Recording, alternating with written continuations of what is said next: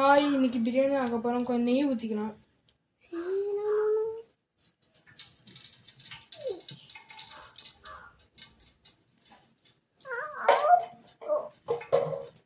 Gram ஏலக்காய் பொடி,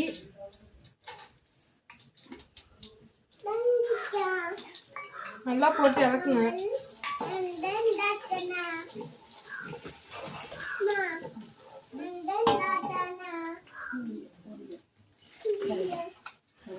கொஞ்சம் வெங்காயமும் பிரியாணி இலையும் கருவேப்பிலையும் கொஞ்சம் போடணும்.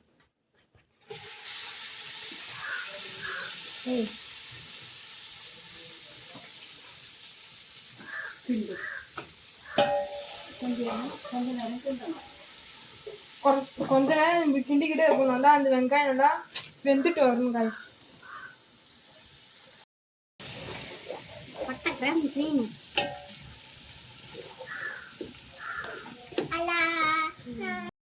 அதுக்கப்புறம் கொஞ்சம் இஞ்சி பூண்டு பேஸ்ட் போட்டுக்கணும். அப்புறம் நல்லா இது இறக்கிக்கோங்க, நல்லா கிண்டிக்கோங்க. அப்படி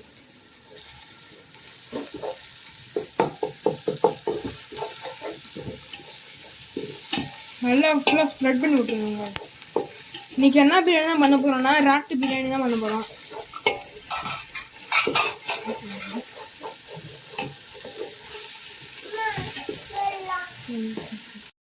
அது கொஞ்சம் உப்பு போடணும். கை சுட்டுருச்சு. நல்லா கிண்டிக்கோங்க. கொஞ்சம் உப்பு பாருங்க. அதுக்கப்புறம் நல்லா கிண்டிக்கப்புறம் நான் இந்த மாதிரி ஒரு செம்பில் அப்படி தண்ணி அப்படியே ஊற்றிடுங்க. நல்லா அப்படி போக நம்ம எப்படாதீங்க.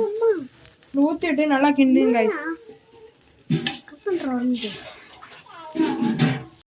ஒரு செம்பு தான் கைஸ் ஊற்றணும். இப்போ வந்து இன்னொரு செம்பு, அதுக்கப்புறம் கொஞ்சம் கப்பு, அதுக்கப்புறம் தேவையான அது கொஞ்சம் உப்பு போடணும். ஏன்னா உப்பு போயிருக்கும்ல கொஞ்சம். நல்லா கிண்டுங்க.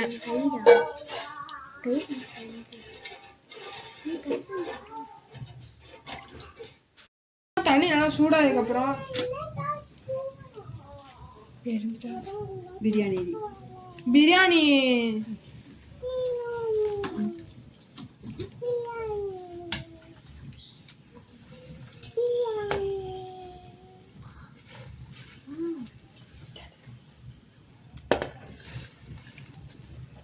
நல்லா கழுவி வச்சிருந்தோம். பிரியாணி அரிசியை நல்லா போட்டுக்கோங்க. அப்படி பாஸ்மதி அரியா பேரு.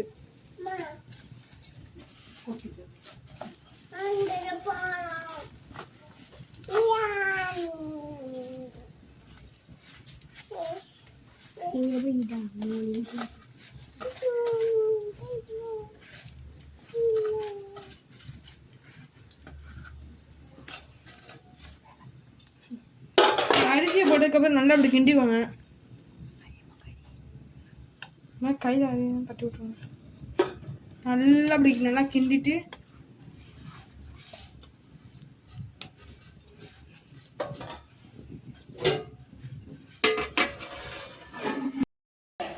தெரியுது.